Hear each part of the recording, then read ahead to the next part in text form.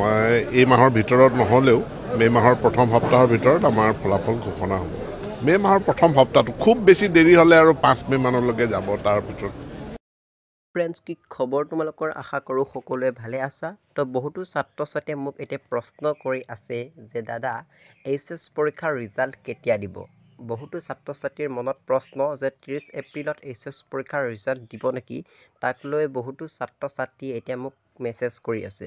চ' মই ভাবিলোঁ তোমালোকৰ বাবে এই ভিডিঅ'টো প্ৰস্তুত কৰি দিওঁ যাতে তোমালোকে সকলোৱে জানিব পাৰা যে এইচএছ পৰীক্ষাৰ ৰিজাল্ট কেতিয়া দিব। গতিকে এইচএছ পৰীক্ষাৰ ৰিজাল্ট কেতিয়া দিব তাক লৈ আজিৰ ভিডিঅ'টো প্ৰস্তুত কৰিছোঁ। গতিকে ভিডিঅ'টো স্কিপ নকৰাকৈ আৰম্ভণিৰ পৰা শেষলৈকে চাই যোৱা, আৰু ভিডিঅ'টো চাই ভাল লাগিলে তোমালোকে বন্ধু বান্ধৱীৰ লগত ভিডিঅ'টো শ্বেয়াৰ কৰি দিবা।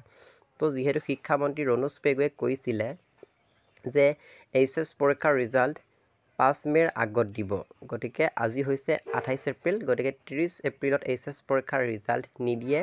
তোমালোকে জানি লোৱা যে 2, 3, 4 মে' তাৰিখত তোমালোকে ৰিজাল্ট পাই যাবা।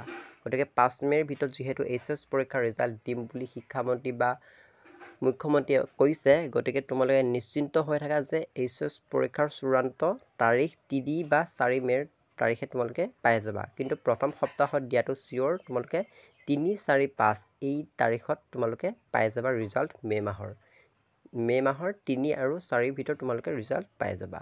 আৰু বহুতো ছাত্ৰ ছাত্ৰীয়ে মোক প্ৰশ্ন কৰি আছে যে ইংলিছত পাছ কৰাই দিব নে ফেইল কৰাই দিব। তো ইংলিছত ফেইল কৰাই নিদিয়ে, যিহেতু ইংলিছৰ পেপাৰখন যোৱাবাৰো টান হৈছিলে, তাৰ বাবে 9-8 নম্বৰ গ্ৰেছ দিছিলে আৰু ছাত্ৰ ছাত্ৰীসকলে পাছ কৰি গৈছিলে। গতিকে এইবাৰো সেইটো নিয়ম হ'ব। এইচএছ পৰীক্ষাৰ এবাৰ ইংলিছৰ পেপাৰখন যিহেতু টান হৈছে, গতিকে তাক লৈ চিন্তিত হ'ব নালাগে তোমালোকে। গতিকে সকলো ছাত্ৰ ছাত্ৰীক 8-9 নম্বৰ গ্ৰেছ দি পাছ কৰাই দিব। গতিকে সকলো ছাত্ৰ ছাত্ৰীয়ে পাছ কৰিবা আৰু এইচএছ পৰীক্ষাৰ ৰিজাল্ট 5 তাৰিখৰ মে' মাহৰ 5 তাৰিখৰ আগত তোমালোকে পাই যাবা। গতিকে ভিডিঅ'টো তোমালোকে বন্ধু বান্ধৱীৰ লগত শ্বেয়াৰ কৰি দিয়া, আৰু যিসকলে এইবাৰ ক্লাছ 12ত নতুনকৈ পাইছা চেনেলটো ছাবস্ক্ৰাইব কৰি লোৱা। তোমালোকৰ বাবে মই অতি সোনকালেই এইচএছ ভিডিঅ' আপলোড কৰিম। তো আজিলৈ ইমানেই। ভিডিঅ'টো তোমালোকে বন্ধু বান্ধৱীৰ লগত শ্বেয়াৰ কৰি দিয়া। আজিলৈ ইমানেই, ধন্যবাদ।